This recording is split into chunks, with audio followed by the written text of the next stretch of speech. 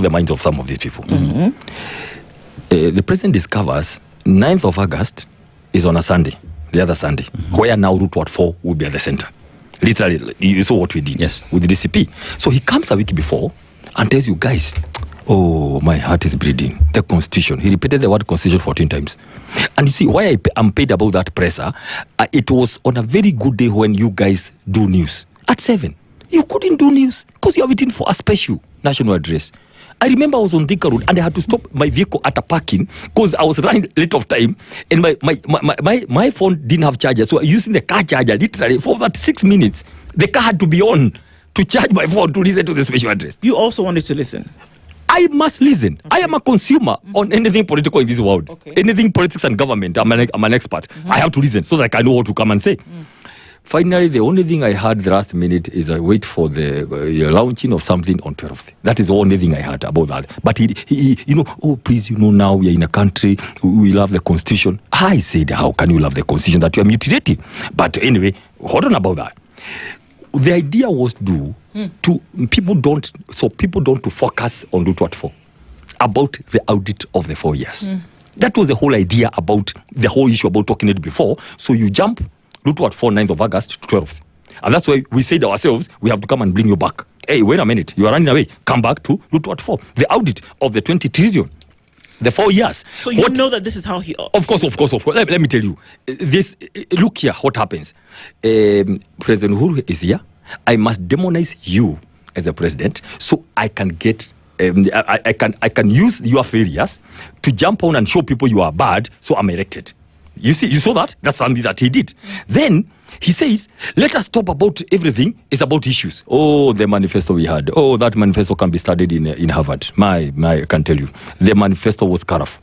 1 million jobs per year for 4 years. 4 million. Those kind of shiny things. 100 dams. Never mind, it's not even Itare Dam. In my home county, it's still stuck. Imagine Itare, the one that has started. Oh, coming and killing laws like the Summit to start it afresh 4 years later. For campaign of the next time.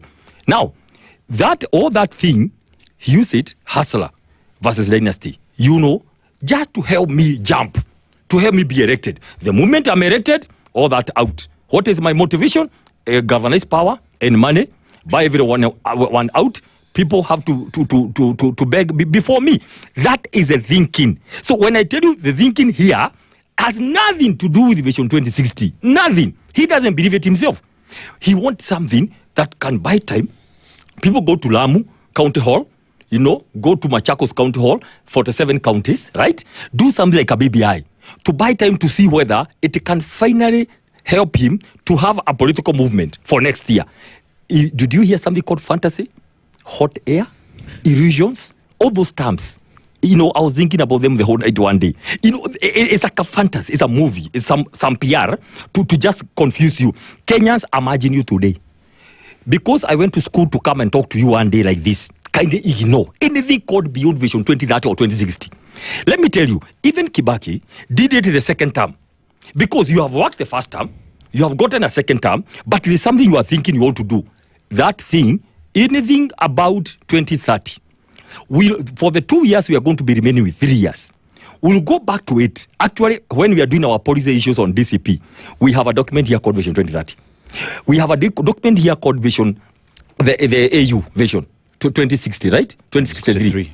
We have all those documents because it has to be in tandem. So, excuse me, guys, relax. We are reviewing 2030 what has not been done. We're incorporating it in our policies to be able to push it until 2030. But before 2030 comes, which is after next year, we'll now come back with another vision to help Kenya move forward. It is not the business of my president, who is the president of Kenya right now, to do anything about to take us where we are supposed to go. His work is to account for what he has done for the 4 years with our money. Tell us which projects are complete. Commissioned, complete, not in re-inspection. Complete. That is the work of the president for now. Please tell us, out of the 217 projects, right, that were in the Kenya Kwanza manifesto, and that we went and presented on his desk, how many are complete? That is the work of the president for now. Anything else is hot air. It is not going to help anybody. And so I'm saying, look at what Hino said. This is very important, Professor Hino. Look here. This is a man they imported. They imported to come and, to convince Kenyans about Singapore. Right? Do you know what he said? Quickly, 4 things. 1, you cannot be anywhere Singapore. Do you know, first of all, the first thing they said people didn't know? The GDP of Singapore is, I think, $80,000. Yes. Kenya is only 2,000. First of all, he was like, guys, you called me here to talk nicely, but me, I don't like to sugarcoat. The first hit, guys were quiet. You cannot go to Singapore without 4 things. The issue of corruption. Let me tell you. Do you know the Spirit of God came upon Obrodinga for once? And he said, I'm tired. I'm tired. This corruption is too much. And wastage of public resources in their own meeting. So he talks about corruption. You cannot go. Corruption today here is too much. Anything you see called the bombers, called the Liloni Summit, called the SGR, it is all private interest and corruption and inflation, including Tara Stadium. Number 2, he spoke about debt. You cannot go to Singapore with the kind of debt. Kenya today has a debt of, I think, we close the year with about 13.5. And you don't know how much more they are going to borrow this year.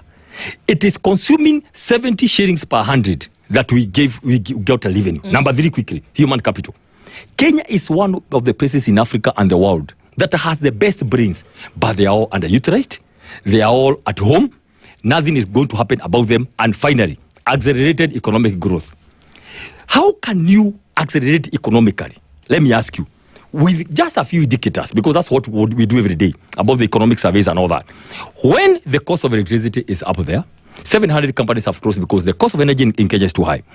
When the cost of, diesel and petrol is that high, and it's not high because of international standards, I must say from the word go, it's because of corruption and people getting their cuts per liter of fuel.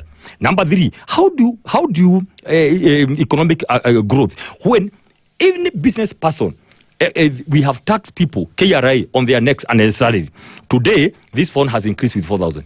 Since the finance bill came to pass, you have charges on M-Pesa. Instead of driving the economy, you want to kill economy. It's not able to do. These people, President Ruto knows. Because he knew, let's buy time. This guy comes, talks about them. He goes back, we begin moving around. Kindly Kenyans ignore those dialogues. People are not interested with the dialogues. People want the implementation of the constitution, the way it is. That's all what people want, and I'm adding where you asked me. People want simply constitution to be implemented. Will we sit down when God helps us to take over power with all our partners? Agree. But before we do that, Kenyans have told us we must